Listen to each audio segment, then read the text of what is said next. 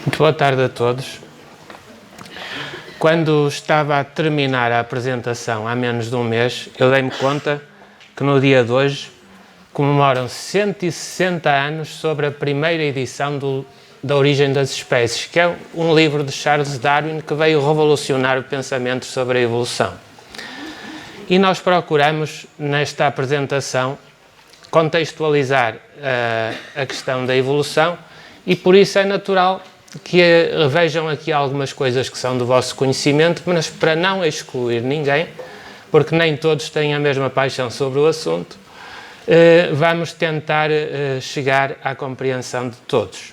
E vamos tentar fazê-lo de uma forma o mais lúdica possível. Por falarmos em lúdica, não há nada melhor do que falar em férias, não é? Vem aí o Natal, depois vem as férias, no verão, não é? E no verão passado eu não tinha que fazer, num dia de férias, na Galiza, na praia de Lanzada, e estava com o meu filho mais novo. Então resolvi ir visitar finalmente uma espécie de ilhota pequenina, com uma vegetação espontânea que entrava mar dentro, para ver o que é que aparecia ali. E então lá fomos, por ali fora, viu-se o que apareceu, tinha umas sardaniscas, outra vegetação, a sucessão ecológica, e depois, à vinda, por um carreirinho apertado por onde as pessoas passavam, pelo pisoteio, depara-se com esta rocha, em plena praia. Então disse para o meu filho, com algum entusiasmo, confesso: estás a ver, Pedro? Olha aqui diante de nós, à altura dos nossos joelhos, este granito, aquela rocha clara que está ali, é capaz de se ter formado há cerca de 300, 400 milhões de anos em profundidade, para aí a 200 metros de profundidade, 500 metros, não te sei dizer. E aquele xisto metamorfizado que está ali, com laminação vertical, rodou 90 graus, se calhar ainda é mais antigo, porque o granito em pasta na profundidade, com o soco que levou, abriu o xisto, que já lá existia, e terá mais idade do que isso. Entretanto, disse-lhe: não achas isto fantástico? Nós, no início do século XXI, estarmos aqui diante destas rochas que, entretanto, por erosão foram subindo na crosta e estão diante de nós com esta idade. Ele, que é muito gentil, parou uns segundos, disse-me assim: sabes, não acho tão fantástico como tu. Ele é muito gentil. Eu ri-me e confesso que é muito fantástico. Eu não sei se para os senhores também é fantástico, pode não ser, e eu admito diferenças de opinião, mas para mim é. Quando regressei, fui falar com um grande geólogo que é meu amigo, que tive a sorte de já conhecer estas rochas. E, de facto, ele confirma que o granito tem à volta de 300 milhões de anos e que os migmatitos, os tais xistos que eu falei ao meu filho, têm 520 milhões de anos. Estamos na explosão do Câmbrico na história da Terra, não é? Então nós percebemos que estamos numa escola redonda, não é? Azul que rola entre constelações, e ao contrário da solidez que nós pensamos que isto tem, a matéria densa, nós vivemos numa fina espuma superficial que é a crosta terrestre. E uma outra capa mais fininha sobre ela existe e chama-se a esfera da vida, tal como a conhecemos materialmente, não é? É a biosfera. Tudo isto já tem uma história de muitos milhões de anos e nós estamos habituados a pesar o tempo mais ou menos pela escala da vida humana. Achamos que é muito tempo, não é? É muito rápido, é um relâmpago. Então, nesse sentido, nós percebemos que fomos evoluindo muito junto das plantas dos bosques nativos, não é? E não é de admirar por isso que haja muitas investigações atualmente em várias universidades de vários países do mundo que afirmam que há índices de melhor saúde física e mental por parte das populações que vivem na proximidade de bosques ou até de parques urbanos arborizados, como é de compreender. Se nós quisermos fazer uma proporção simples e entender a idade da Terra até hoje no espaço de uma semana, de segunda-feira até domingo, nós podemos fazer esta seguinte relação, segundo este autor David Brower. O planeta nasce no primeiro dia, segunda-feira, e forma-se até quarta-feira, mais ou menos pela hora de almoço. A vida inicia e desenvolve-se durante 4 dias. Domingo, no último dia da semana, às 4 da tarde, aparecem os grandes répteis, os dinossauros. Passam-se mais coisas, mas a espécie Homo sapiens aparece 3 minutos antes da meia-noite e a 1/4 de segundo antes da meia-noite nasce Jesus de Nazaré. E nós achamos que isto vai ser assim para sempre. Não é? Então, se nós formos estudar os dados da paleontologia, nós percebemos que ao longo da história da Terra de milhões de anos, nós temos montes de extinções massivas de vida. E isto aconteceu quer ao nível microscópico, quer ao nível macroscópico, não é? Estão a ver as bolinhas vermelhas? São perdas de espécies, de plantas, animais, etc., na ordem dos 50%. No Pérmico, atingiu os 60% de mortalidade das espécies. E nós ainda ouvimos gente que quer proteger a Terra. A Terra não precisa de proteção. Se nós queremos ter qualidade de vida no básico, a nossa espécie é que precisa de ser protegida a partir da proteção dos recursos naturais, não é? Então, se saltarmos daqueles milhões de anos todos, desde o Câmbrico para cá, nós, mais perto da nossa era, vemos no terciário, há apenas 65 milhões de anos, surgiram, por exemplo, os elefantes, as várias espécies de elefantes, muitas já se extinguiram, não é? E, inclusivamente os golfinhos. Há apenas 3 milhões de anos, o Australopithecus, mais próximo dos hominídeos, caminha ereto. E nesta altura, na Grã-Bretanha, há elefantes. Se nós formos ao Quaternário há 2 milhões de anos, surgem os antropóides. Há 1 milhão de anos surge o Homo erectus. A nossa espécie surge há 500 mil anos e consta que o Homo erectus já manipulava o fogo. É escrita talvez há mais de 7 mil anos. Então nós percebemos que a evolução das espécies rodou ao longo de uma determinada fímbria de condições de vida, de temperatura escassa, nem muito quente, nem muito frio. E nessa circunstância, nós sabemos que, por exemplo, há apenas 15 mil anos, já não estamos nos milhões de anos, havia icebergs que se vinham desfazer aqui ao Mar de Matosinhos e do Porto. Nessa altura, aqui na Península Ibérica, no norte, existiam renas como existem agora na tundra e inclusivamente bisontes. Há pinturas rupestres que o provam desta data. Então, posto isto, já estamos mais familiarizados com este percurso que a gente perde de vista, não é? Nós encontramos um sueco, Linneu, que no século XVIII criou uma classificação das espécies.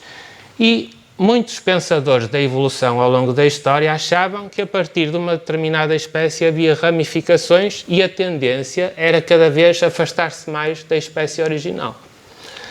Muitas vezes, com esta classificação, a análise e a classificação da espécie era feita com base na observação morfológica. E é curioso nós vermos como a evolução talha os organismos, de tal forma que eles vêm numa ramificação de espécies diferentes e de repente começam a convergir, talhados pela adaptação ao meio, para uma morfologia idêntica. É nessa medida que nós hoje vemos muitas espécies mudarem de género, mudarem inclusivamente de família, porque há essa convergência às vezes morfológica na evolução, mas as análises da ADN fazem com que se recoloque a filogenia adequada nessas circunstâncias. Há um elevadíssimo número de extinções, mas nós hoje encontramos espécies que de alguma forma nos ilustram o caminho que a evolução teve, por exemplo, no caso dos mamíferos que se adaptaram à água. Os antecessores dos golfinhos, por exemplo, eram alguma coisa parecida com um lobo ou com um urso, 4 patas em terra. Seja para fugir do predador, seja para procurar alimento na água, cada vez se adaptaram mais, algo parecido com lontras. Se a gente vir a pata de uma lontra numa rocha, vê que tem membranas interdigitais que ajudam a nadar e muitas outras adaptações. Encontramos outras espécies ainda mais adaptadas à água, que é o caso dos leões marinhos, não é? Que não são focas. Encontramos outras espécies de focas que ainda estão mais adaptadas à água. Estão a ver ali assim na ilustração. E encontramos estes casos extremos de adaptação, que são os golfinhos que parecem peixes. Os golfinhos fizeram adaptações fantásticas a partir do meio terrestre, porque os membros posteriores conseguiram fundir-se e assemelhar-se a uma barbatana caudal como um peixe, não é? Os membros anteriores acabaram por se transformar em barbatanas peitorais, como os peixes. O nariz terá migrado para um respiráculo mais à superfície d'água, não é?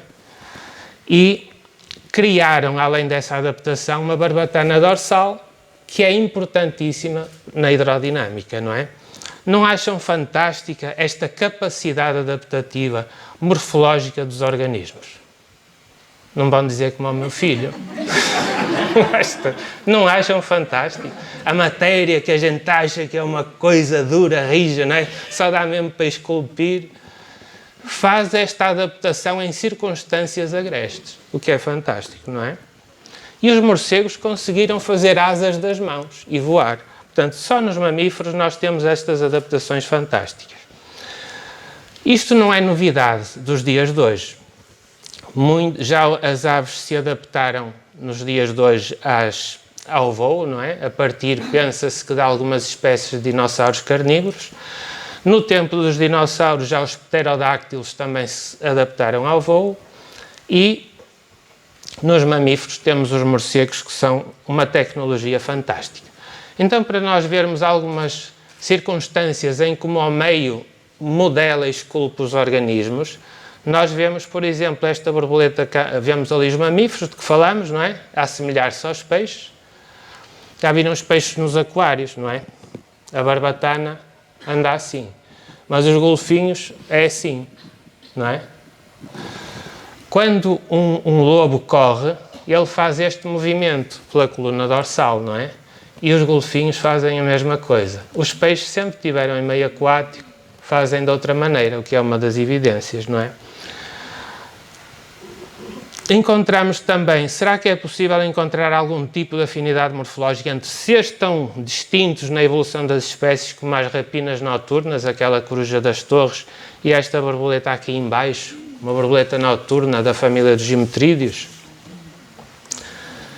Acho muito interessante. As rapinas noturnas, como sabem, têm que adaptar-se a voar até mais lentamente, mas silenciosamente para poderem alimentar-se.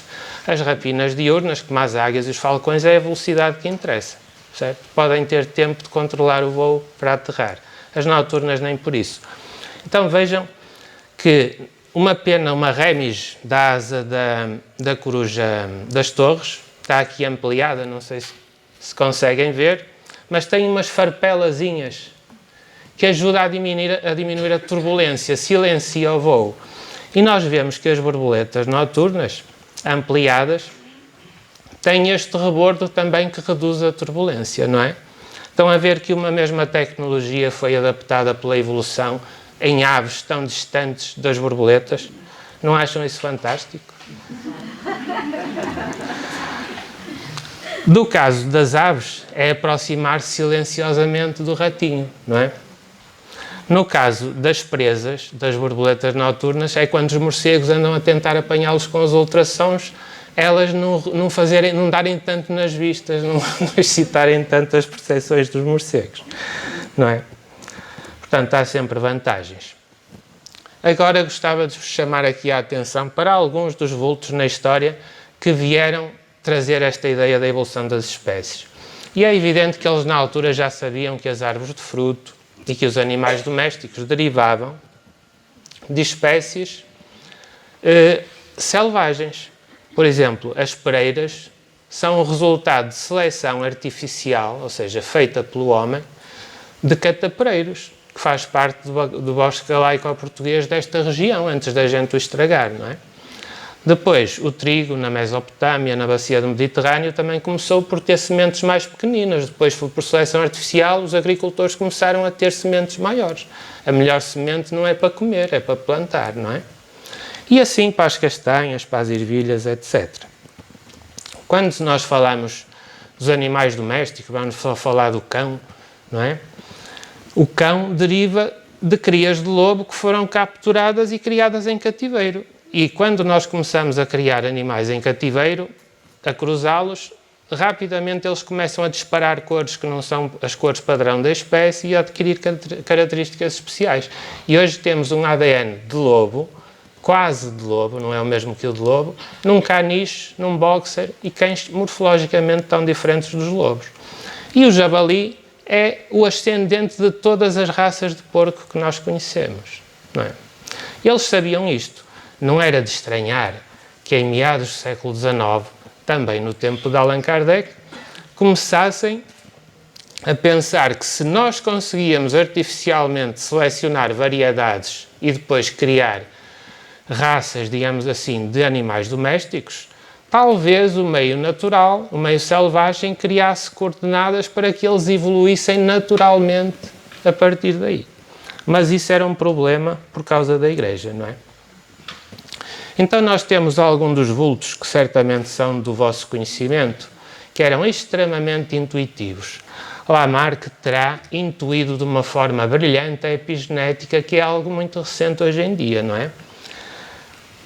Ele desenvolveu a teoria de que os organismos dos animais podiam adquirir características que depois conseguiam ser transmitidas hereditariamente.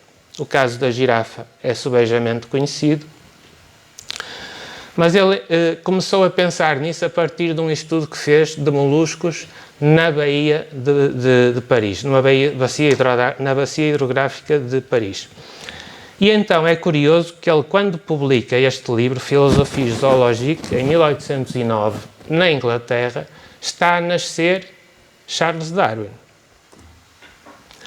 Outro senhor menos conhecido é Robert Chambers, um escocês, que muito antes, mais de uma dúzia de anos antes de surgir a origem das espécies, ele já publicava os vestígios da história natural da criação. E tem esta ramificação em que, a partir de um alinhamento dos mamíferos, derivavam peixes, répteis e aves no livro dele. Claro que não tinha evidências suficientes, mas a ideia estava lá, não é? Metemos aqui este monge fantástico austríaco, Mendel, que foi completamente ignorado na sua época e só foi redescoberto no início do século XX. Ele também estudou as teorias da evolução e tornou-se singular pelo facto de ser um grande estudioso, um pioneiro da genética, não é? E depois temos este coautor da teoria da origem das espécies, Alfred Russel Wallace. Algumas pessoas dizem que ele era espírita, ele não era espírita. A dada altura da sua vida ele percebeu que a mediunidade existia, que a imortalidade era um facto e dedicou-se como cientista ao estudo desses factos. No entanto, ele nunca tinha visto evidências que sustentassem a ideia da reencarnação. Portanto, ele era espiritualista. Era um homem fantástico. Na internet ainda se encontram algumas entrevistas do final da vida dele e percebe-se que, apesar dele ser um cientista muito baseado na experimentação dos fenómenos e nunca se afastar muito disso, ele desenvolveu na área da espiritualidade uma filosofia que é a filosofia espírita também. Ele partiu para a Ásia tropical, na altura era muito desconhecida, e esteve lá durante 8 anos. Trouxe para a Europa, para museus de história natural, 125.660 espécimes, que ainda se encontram, alguns deles visitáveis em alguns museus europeus. Quando retorna da Ásia, é que ele se interessa pela mediunidade. Ele foi pioneiro no conceito das regiões biogeográficas também. E o curioso é que numa das ilhas lá das Molucas, teve uma crise terrível de malária. E num estado alterado de consciência, diante das observações que tinha feito sem qualquer contacto com Darwin, ele acaba por intuir num ensaio, que depois escreve, a pedra angular da evolução das espécies, que era a seleção natural. E escreve o ensaio a Darwin, dizendo-lhe que fizesse daquilo que quisesse, com uma carta que chega à casa de Darwin em 18 de junho de 1858. Estão a ver que é um ano depois da primeira edição do Livro dos Espíritos em Paris. Darwin fica muito abalado, porque não quer ir a correr a uma sociedade científica a apresentar o trabalho que estava a desenvolver já há 18 anos. Não é? E, diante desta crise, ele vai-se aconselhar com amigos muito próximos, Charles Lyell, o botânico Joseph Hooker, e eles acabam por conseguir em 15 dias que seja apresentado o trabalho do Wallace e um outro trabalho também resumido de Darwin, que tem os títulos que vão em baixo. E a partir daí o Darwin percebe que tem mesmo que escrever, no prazo de um ano, a tal origem das espécies, que hoje faz 160 anos sobre isso. E é interessante notar que Darwin declara, por exemplo, que Russell Wallace não podia ter feito um resumo mais exato às palavras escritas naquele ensaio, que agora estão presentes no cabeçalho de capítulos do meu livro. Há pessoas que gostam de explorar o conflito e dizer que Darwin passou a perna ao Wallace. Eles sempre se deram muito bem, mesmo quando não tinham opinião igual. Se nós virmos o livro que ainda hoje se reedita de Russell Wallace sobre a sua experiência na Ásia tropical, ele faz uma dedicatória extremamente gentil a Darwin, que se mantém até hoje. Dedico este livro a Charles Darwin, autor da Origem das Espécies, não só pela estima e amizade que lhe tenho, mas também para exprimir a minha profunda admiração pela sua genialidade e pelos seus trabalhos. Que ele não escreveu só a Origem das Espécies, ele era de facto genial. Saía em defesa de Darwin quando havia questões polémicas e, em 1865, Russell Wallace descobre a mediunidade. Não era a inclinação dele, ele chegava a ter mesmo uma leitura muito materialista da vida, mas sentiu muita curiosidade em apurar o que se estava a passar quando percebeu que numa família de seus conhecidos aconteciam uns fenómenos que ele não encontrava explicação. A partir daí, torna-se um entusiasta das ideias espiritualistas e mais tarde é convidado a fazer um périplo pelos Estados Unidos de palestras nesta área da espiritualidade. No entanto, Darwin, na Origem das Espécies, foge um bocado à questão de inserir a nossa espécie Homo sapiens nesse processo de evolução das espécies, estrategicamente, penso eu. E anos mais tarde vai ter mesmo que a enfrentar, e então publica A Descendência do Homem por Seleção Sexual, que já foca a nossa espécie. Nessa altura, Russell Wallace conhece a imortalidade da alma muito bem, e então diverge de Darwin por achar que para que a evolução das espécies exista, terá que haver algo mais do que apenas a seleção natural vista em termos materialistas. Darwin acreditava em Deus, certo? Não acreditava era na mediunidade. Ele achava, o Wallace, que a matemática, a arte, não seriam explicáveis pela seleção natural. E muito metódico, tem um livro que é Darwinism Applied to Man, onde ele fundamenta como numa tese, com uma conclusão final, essas questões, que é muito interessante de ler. E então ele diz na parte das conclusões coisas tão interessantes como isto, que eu só vou ler um itemzinho de tradução. Há 3 patamares evolutivos, parênteses, inorgânico, orgânico, sensação, consciência, faculdades humanas. Fecha, que vão desde o mundo não orgânico ao ser humano e que apontam para um universo invisível, ao qual a matéria se subordina. E mais adiante diz, no decurso da minha interpretação dos factos, é de supor que a natureza espiritual do ser humano não só de modo algum é inconsistente com a teoria evolutiva das espécies, mas pelo contrário, será através das leis naturais que lhe estão associadas que a evolução ocorre. Não acham isto fantástico? Eu achei quando li. Eu achava que estava lá, mas só quando li é que vi que estava mesmo. E diz assim, portanto, conclui-se que a teoria darwiniana, mesmo que levada ao extremo das suas conclusões lógicas, não só não se opõe, mas até atribui e suporta algum tipo de crença na natureza espiritual do ser humano. Isto dito por Alfred Russel Wallace é fantástico. Para mim é fantástico. Se calhar para o meu filho não é tanto. Não é? Então, para finalizar a apresentação, muito sumariamente, este assunto é apaixonante, para mim é, mas admito que não seja para os senhores, por isso é que eu não quero tomar muito o vosso tempo. Então, os tais agentes extrafísicos e espíritos, não é? Modeladores da evolução, encontramos-los na bibliografia em Allan Kardec e em André Luiz. Só vou citar aqui pouca coisa para não amassar. Há que notar que a primeira edição do Livro dos Espíritos tinha praticamente metade das perguntas e respostas que a segunda edição, em 1860, veio a ter. Certo? Porque ele perguntou e ditou que aquilo tinha que se publicar e depois continuou a perguntar. E eu suponho, não encontrei evidências, mas a imprensa da época, em Paris, deve ter publicado a notícia da publicação da origem das espécies, na Inglaterra.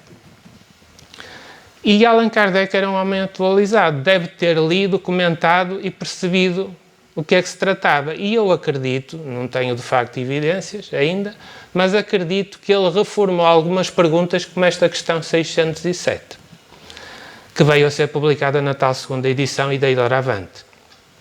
Dissestes que o estado da alma do homem na sua origem corresponde ao estado da infância na vida corporal, que a sua inteligência apenas desabrocha e se ensaia para a vida. Onde passa o espírito essa primeira fase do seu desenvolvimento? Ele devia ser chato para os espíritos, fazia cada pergunta, não é? Não dava descanso. E, através de vários médiuns, tem respostas que apontam mais ou menos para isto, numa série de existências que precedem o período a que chamais humanidade. Mas Allan Kardec era chato mesmo, olha. Faz uma subdivisão da pergunta a seguir. Parece que assim se pode considerar a alma como tendo sido o princípio inteligente dos seres inferiores da criação.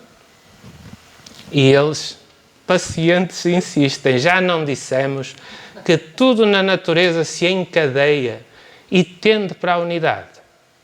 Nesses seres, cuja totalidade estáis longe de conhecer, é que o princípio inteligente se elabora, se individualiza, pouco a pouco, e se ensaia para a vida. É, de certo modo, um trabalho preparatório, como o da germinação, por efeito do qual o princípio inteligente sofre uma transformação e se torna espírito na nossa espécie. Entra então no período da humanização, começando a ter consciência do seu futuro, capacidade de distinguir o bem do mal e a responsabilidade dos seus atos, para aprender, não é? Em A Gênese, em 1868 já, Allan Kardec diz isto no capítulo 10, item 29. Ainda que isso lhe fira o orgulho, tem o homem de se resignar a não ver no seu corpo material mais do que o último anel da animalidade na Terra. Aí está o inexorável argumento dos factos, contra o qual será inútil protestar. Todavia, quanto mais o corpo diminui de valor, tanto mais cresce a importância do princípio espiritual. Se o primeiro o nivela ao bruto, o segundo eleva-o a incomensurável altura. Depois temos A Evolução em Dois Mundos, um livro muito interessante de se ler e consultar, psicografado por dois médiuns em cidades diferentes, e eu confesso que eu vou ler aquilo e não consigo perceber pelo texto qual dos médiuns psicografou qual o capítulo. E aí, André Luiz explica que a evolução das espécies existe com vários tipos de interferência extracorporal, se assim podemos dizer, quer na evolução anímica, quer com intervenções específicas do plano espiritual no corpo espiritual, antes de nascer, e não só, e também com algo parecido com metamorfoses que nós não estamos, mais fantásticas do que as que nós conhecemos com algumas espécies aqui na Terra. Isto terá a ver também muito com aquilo que já aqui se referiu da epigenética, não é? Há experiências, isto está provado, pessoais, quer respostas que nós damos às situações, quer situações de stress, de fome, etc., que podem determinar mudanças que não são mutações e causar mudanças nos nossos genes e causar efeitos que se transmitem hereditariamente, não é? Não vou ler isto tudo, mas há um professor associado à Universidade Federal do Rio de Janeiro, que é investigador, Marcelo Fontapié, que diz algo muito interessante sobre o tal Lamarck que a gente falou há bocado. A herança epigenética traz implicações profundas para o estudo da evolução e reforça os argumentos do naturalista do século XVIII, Jean-Baptiste Lamarck, que acreditava que a evolução era dirigida em parte pela herança de características adquiridas durante a vida. Já viram a intuição de Lamarck? Não é fantástico? É como se a gente visse as coisas no plano espiritual em momentos de epifania, voltasse e ficasse com um esboço, uma intuição, e depois a gente sabe que aquilo é assim, mas não sabe explicar por miúdos, não é? Lamarck foi ridicularizado.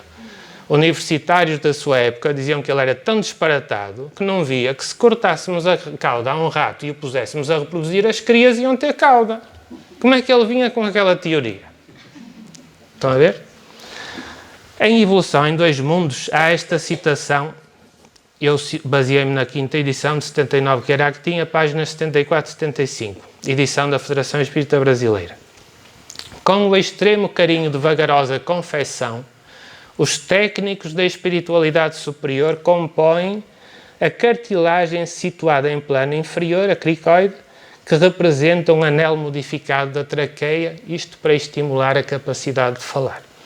Com a mesma habilidade, os técnicos tecem a cartilagem localizada na região anterior, certo? Portanto, as intervenções estão bem expressas aqui. Então, nós percebemos que desde a tal noite dos tempos, para trás de nós, pensemos em milhões de anos, nós percebemos que o nosso psiquismo vai-se complexificando, não é? Vai-se enriquecendo. É como se nós estivéssemos na evolução, espiritualmente até, sobretudo espiritualmente, na condição de alguém que quanto mais recursos assimila e adquire por conquista própria, mais rapidamente consegue alçar-se a patamares maiores. É a tal história que encontramos no livro dos Espíritos do Átomo ao Arcanjo, não é? Que é muito conhecida por quem já o leu. Mas alguém pode dizer, mas isso é tudo muito bonito, mas não há sustentação científica para isso. Bem, o facto é que a natureza não lê os nossos manuais. As leis da natureza não querem saber da nossa opinião, não nos têm respeito nenhum. Então, no caso das borboletas, para quem gosta de as observar, eu desde miúdo conheço esta borboleta, parece um abelhão. Andava numa buganvília, que é uma árvore de origem brasileira, depois dos descobrimentos que eu tinha lá no jardim dos meus pais. Mas não sabia o nome daquilo, sabia que aquilo não era uma abelha, mas parecia. E então, nós vemos que há borboletas que nós gostamos de arrumar com facilidade na gaveta das diurnas e outra vai para a gaveta das noturnas.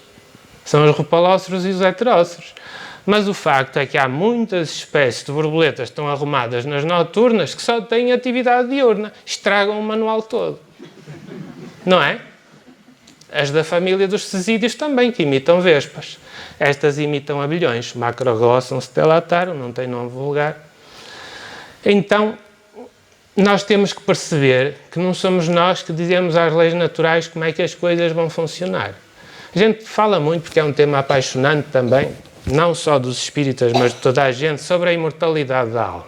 Nós continuarmos a viver espiritualmente quando o nosso corpo físico morre.